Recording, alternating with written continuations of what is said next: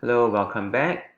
Now in this video series, I'm continuing the examination of questions from the 2015 to the 2020 PSLE MCQ questions to try to surface questions that are common, that are familiar, that seems to occur pretty often.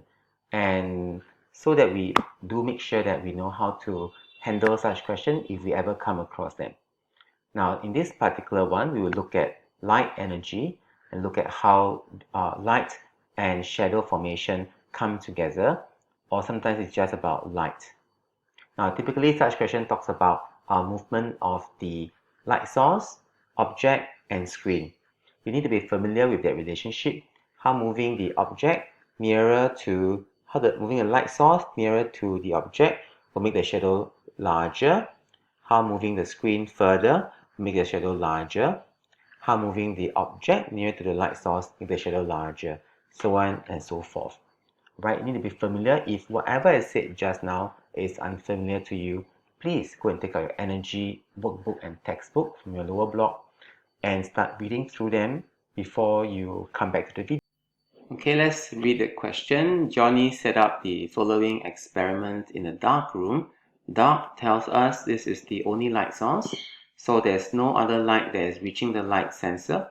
The light sensor S on the screen Y, this, gave a reading of 50 units at the start. Now, as Johnny moved one object, so only moved one object in the setup, the reading of S decreased slowly. So this is clue number one. This is a clue, or rather is a condition number one.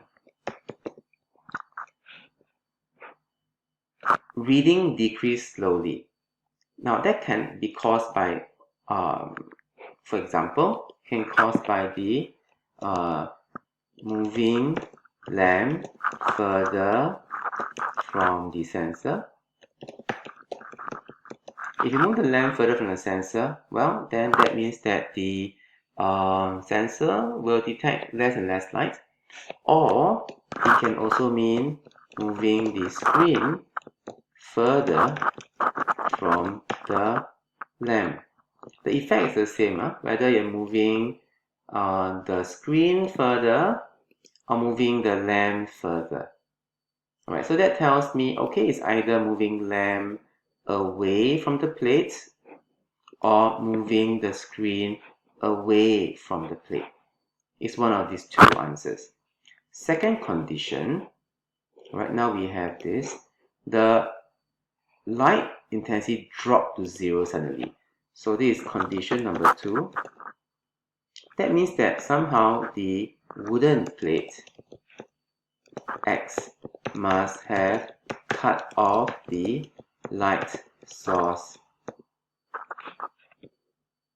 So how is that possible, right? It cuts off. So let's take a look at a different picture and arrangement to try to better understand this. Let's see whether moving lamp M away from plate X will give us, will meet condition number 2 here. So sorry, it's a typo, number 2. Because number 1, we know it will meet that condition because moving further away reduces the light intensity, therefore the reading here will decrease. Now it's whether it will drop to 0 suddenly or not. So let's take a look at this setup. So, okay, this arrow represents the light source, alright, the ray of light that is shining from lamp M. So notice that the wooden plate X, right, is positioned such that the ray of light is like just nice, no? It just allows the light to hit a part of the light sensor.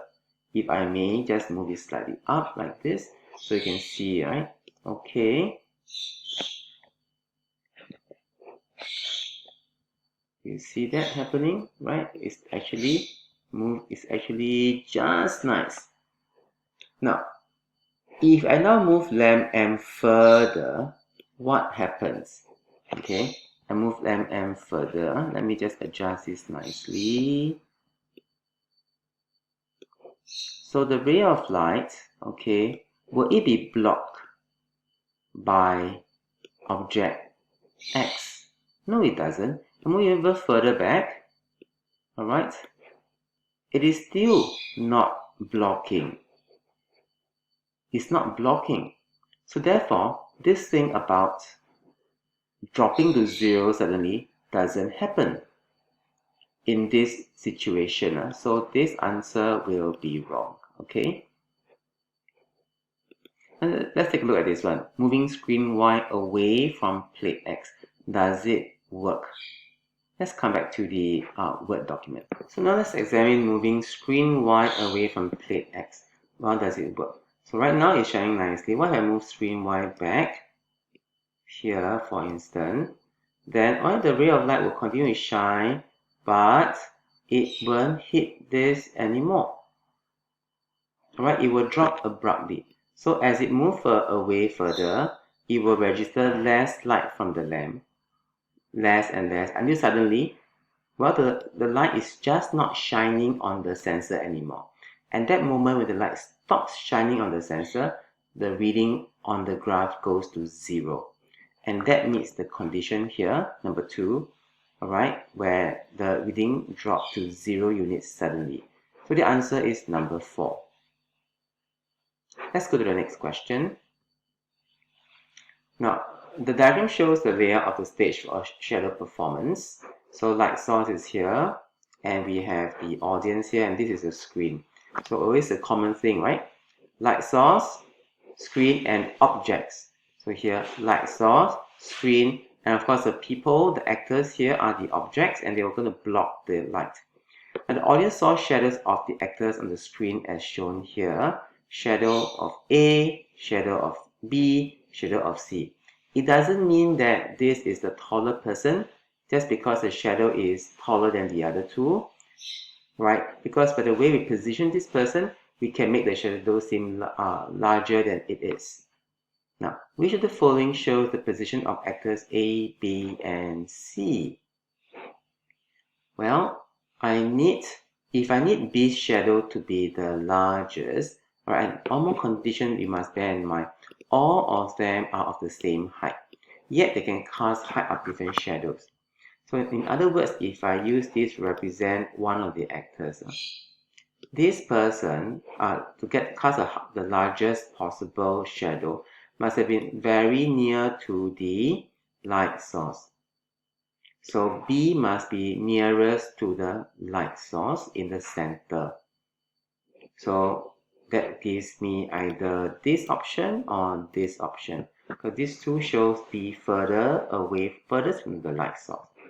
Now, the smaller shadow A must therefore be the person that is furthest from the light source. And this tells me this is furthest from the light source compared to B and C. This is on the wrong side of the screen. So shadow of A will be cast on this side. It's light travel in a straight line here. So this cannot be the answer. A cannot be on this side. The answer for this question is A. It's number 1. Alright. Now let's take a look at the next question. Again, light and shadow. Now I'm not sure if you noticed by now that graphs happen quite often in some ways. So in this case, it's not a graph, it's a diagram with screen, light source, and objects. So we have graphs here, and we have all this stuff with either graphs or tables or diagrams or shapes. Now, Guo stood under a lamp. He walked from W to X. So W to X I represent in terms of red.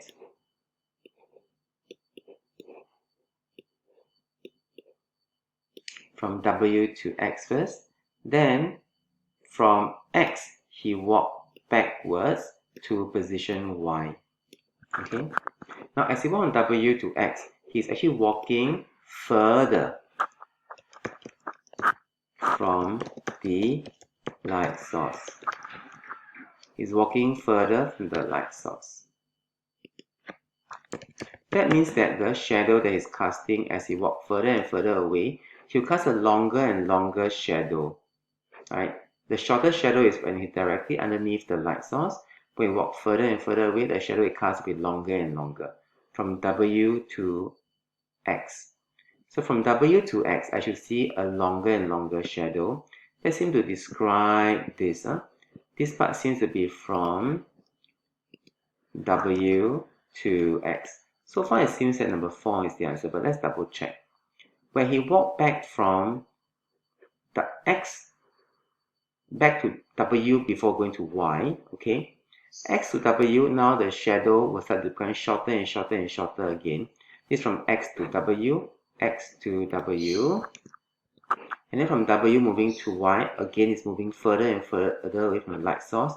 So the shadow he casts on the ground will be further longer and longer. So it describes here to W to Y, and this should be Y. So it seems that 4 is the only answer for this question. Now let's go on to the next one. Now, Mina used the setup below to conduct an experiment. She used a light sensor to measure the amount of light on the screen. So, this one looks a bit like this question. Light sensor, object, light source. Light sensor, object, light source. And she varied the position of one of the items and recorded her observation here. Now this time round, none of the readings went to 0, okay? Unlike the other case. We have the length of the shadow to give us a clue whether was the object larger, gives us a clue whether the light source is moving nearer to the object or not. So what change did she make such that, let's take a look at the readings here to get some clues. So for this one, alright, let's take one reading to be the starting point. So at the 7 cm length of shadow here, alright, length of the shadow, the light intensity is 100. When the length increases, alright, bigger shadow, that also tells us that alright, this is at this height.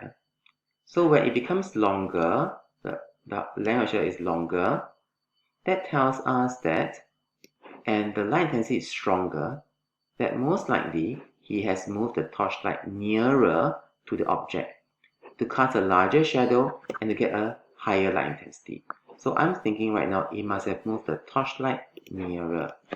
Move torch nearer to the object in order to, number 1, cast a larger shadow, longer length, and to have a brighter reading from the light sensor.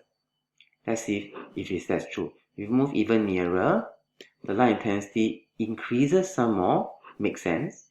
And the length of shadow increases even more, makes sense. And if you move it even nearer, the torch nearer to the object, the light sensor reading is even brighter, higher, and the length of shadow is even larger. So it seems that it's moving the torchlight towards the object.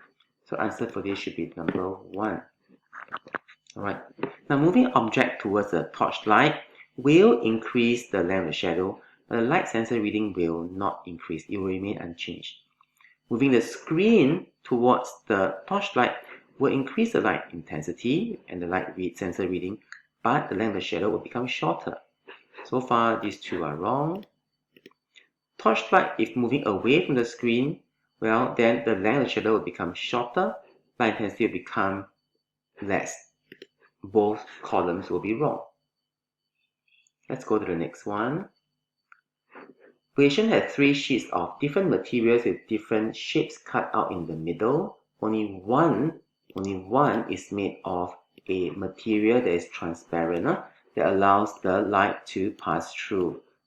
Okay, I've discussed this in the previous lesson with my students, so it seems confusing to them, some of them. Now, just bear in mind, if this is the clue given, that means that in any situation, we will have one material that allows light to pass through. That means it is as if there are only 2 materials blocking the light. Rather, there are only 2 materials with the shapes of the hole. Okay? Remember, these are now objects with cuts out. So if one of the sheet is, if a sheet is opaque and you shine a torchlight through this hole, it will form a circular light source. If you shine a to a triangular hole, you get a triangular light source. If this is opaque, you will shine a torchlight through this hole, you get a square light source. However, if let's say this whole thing is transparent, whether you have a hole or no hole, you will not get a circular light source, because whole thing is just bright. It could still be circular because the torchlight here is a circular bulb, but that's not because of the hole that is cut out. Okay, so bear in mind, if this is a clue, that means that you are only concerning two of this, only two of them, as in two of the cutouts. So which of the following could be seen on the screen? We need one more clue, which is, if now the object is nearer to the light source, what will happen to the size of the colored light? It will become larger.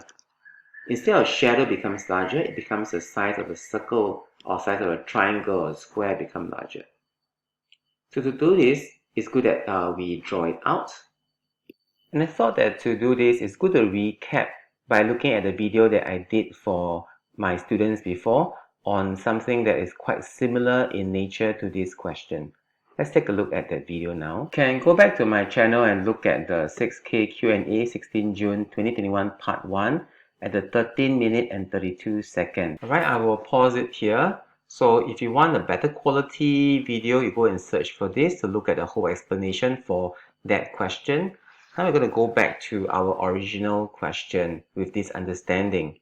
So earlier on in the example, I talked about if this is a circular hole, this is a triangular hole, this is a square hole. Right? What is possible if one of them allows light to pass through? Now, for the sake of time, I'm just going to speed up a little bit, right?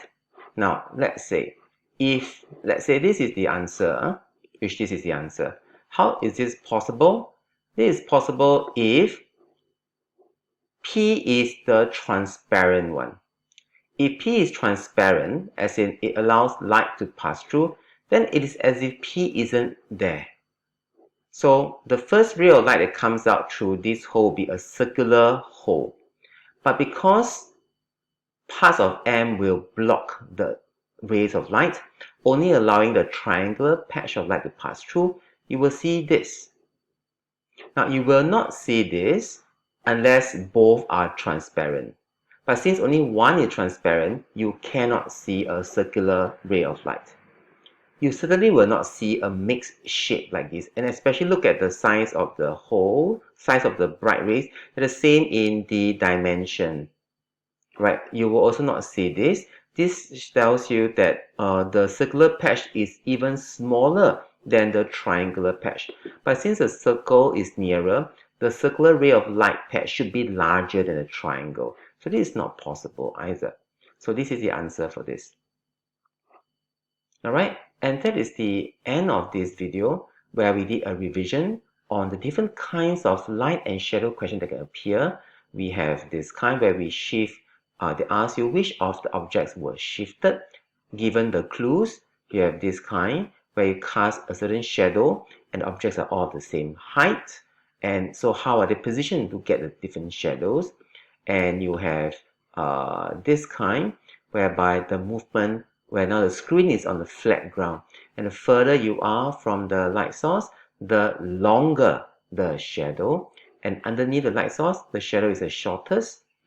And you need to know how to read line graphs. You have this kind whereby you have data to interpret, and of course, last but not least, you have this kind. To me, this is the trickiest and the hardest kind of question for this. Again, all these are of the same height and width, so kind of the same size hole. So to understand this, well, I've explained in quite detail just now, or go to the 2021 16th of June video to look for the proper video for this. Alright, take care. I'll see you in the next video.